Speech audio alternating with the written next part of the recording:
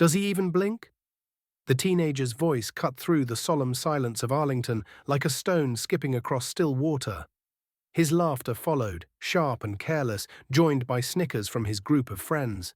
They stood just feet away from the tomb of the unknown soldier, where a lone tomb guard marched in perfect precision, eyes fixed forward, spine impossibly straight, expression carved from discipline. He didn't react. 21 steps, halt, 21 seconds, turn, repeat. Every movement executed with the gravity of a man carrying ghosts. The teens didn't stop. "Betty's not even real," one said under his breath. "They probably just wind him up in the morning." More laughter. Tourists nearby shifted uncomfortably. A few older visitors shot warning glances, but no one said a word. The security officer posted near the barrier took a step forward, but hesitated. The guard continued his march, silent and steady, never acknowledging the words.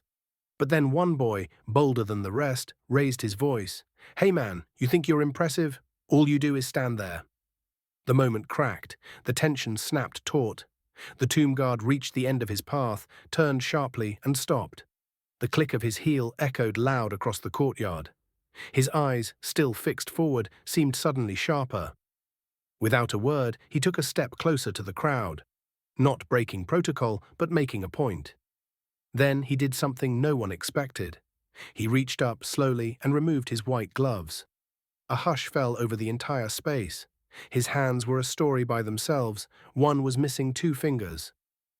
The other was lined with old burns and scars, the kind that told of fire, of explosions, of battles that textbooks don't describe. He didn't lift them high. He didn't say a single word. He simply let them be seen, let the weight of them speak. And suddenly, no one laughed. The teens' smugness drained from their faces, their eyes widened, their mouths closed. One of them, the loudest, dropped his gaze to the ground, his shame palpable.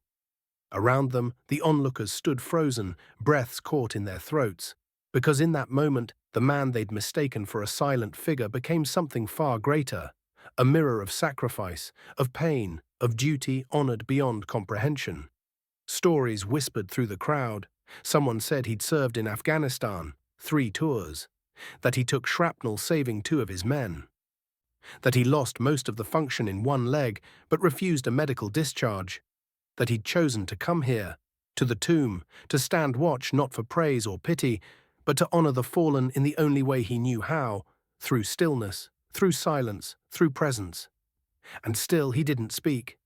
He pulled the gloves back onto his scarred hands with measured care, turned and resumed his march. 21 steps, 21 seconds, again. But this time no one saw just a uniform. They saw the man. They saw the cost. They saw the honor laced into every footfall, every pause, every breath he never wasted on explaining himself. The teen who shouted would never forget that moment. Neither would the others, or the families watching, or the veterans who stood a little straighter afterward. Because they had all witnessed something that didn't ask for attention, it commanded it, without a sound. Later, a ranger confirmed what some had only guessed. The tomb guard had served with distinction, refused to let his injuries define him, fought through rehab for months to walk again, and when he could, he requested the tomb. Not a desk, not a retirement, just 21 steps, repeated without complaint, each one a tribute to the brothers he lost and the ones still waiting to be found. He didn't need applause. He didn't need recognition. He simply needed to stand. And in doing so, he taught everyone present that real strength doesn't move to be noticed. It holds still. So we remember. True honor doesn't shout. It stands still. It endures.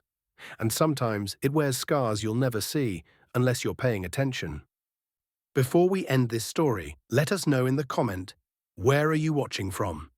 If this story moved you, don't forget to like this video, leave a comment, and subscribe for more powerful stories like this one. You never know. The next one might just change your life.